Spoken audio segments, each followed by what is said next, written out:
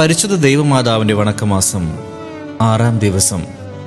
പരിശുദ്ധ കന്യകയുടെ എളിമയാണ് ത്രിത്വത്തിലെ രണ്ടാമത്തെ സുതനായ ദൈവത്തെ അവളുടെ പക്കലേക്ക് ആകർഷിച്ചത് എന്ന് വിശുദ്ധ അഗസ്തീനോസ് പറയുന്നു. മേരിയുടെ അഗാധമായ എളിമ അവളുടെ കൃതജ്ഞതാലാപം തന്നെ വ്യക്തമാക്കുന്നു.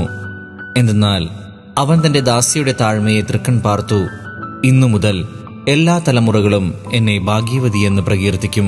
തന്നെത്താൻ ഉയർത്തുന്നവൻ താഴ്ത്തപ്പെടും, തന്നെത്താൻ താഴ്ത്തുന്നവൻ ഉയർത്തപ്പെടും എന്നുള്ള ക്രിസ്തുനാഥന്റെ ദിവ്യവചസ്സുകൾ ദിവ്യജനനെ മുൻകൂട്ടി മനസ്സിലാക്കി പ്രാവർത്തികമാക്കുകയാണ്.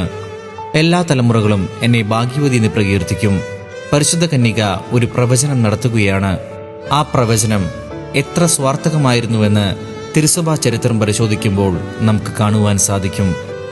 ദൈവമാതാവ് എന്ന ഉന്നതമായ സ്ഥാനത്തേക്ക് അവരോധിതയായെങ്കിലും മേരി നസ്രസിലെ വിനീത കന്യകയായിട്ടാണ് ജീവിച്ചത്. എലിസബത്തിനെ ശുശ്രൂഷിക്കുവാൻ പോകുമ്പോഴും ക്രിസ്തുനാഥന്റെ പിറവിയിലും ഈജിപ്തിലേക്കുള്ള പലായനത്തിലും എല്ലാം മറിയത്തിന്റെ വിനയവും എളിമയും പ്രകാശിതമാകുന്നു. പരിശുദ്ധ മാതാവിന്റെ മക്കളായ നാം അമ്മയെ അനുകരിച്ച് എളിമയുള്ളവരാകണം.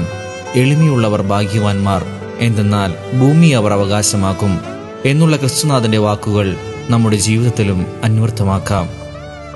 ജപം.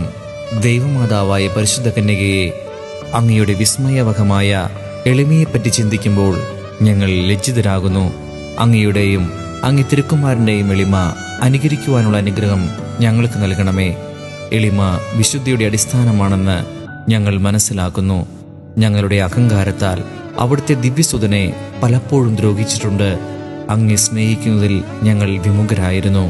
അവയ്ക്കെല്ലാം പരിഹാരമർപ്പിച്ച് വിശ്വസ്തതാപൂർവം ഈശോയെയും ദൈവമാതാവായ അങ്ങയെയും സ്നേഹിച്ച് സേവിച്ചു കൊള്ളാമെന്ന് ഞങ്ങൾ പ്രതിജ്ഞ ചെയ്യുന്നു. സുഹൃത്ത് ജപം. വിശുദ്ധിയുടെ വിളനിലമായ മറിയമേ, ഞങ്ങളുടെ ഹൃദയം ഈശോയുടെ തിരുഹൃദയത്തിന് അനുരൂപമാക്കണമേ. വിശുദ്ധിയുടെ വിളനിലമായ മറിയമേ, ഞങ്ങളുടെ ഹൃദയം ഈശോയുടെ തിരുഹൃദയത്തിന് അനുരൂപമാക്കണമേ. വിശുദ്ധിയുടെ വിളനിലമായ മറിയമേ, ഞങ്ങളുടെ ഹൃദയം ഈശോയുടെ തിരുഹൃദയത്തിന് അനുരൂപമാക്കണമേ.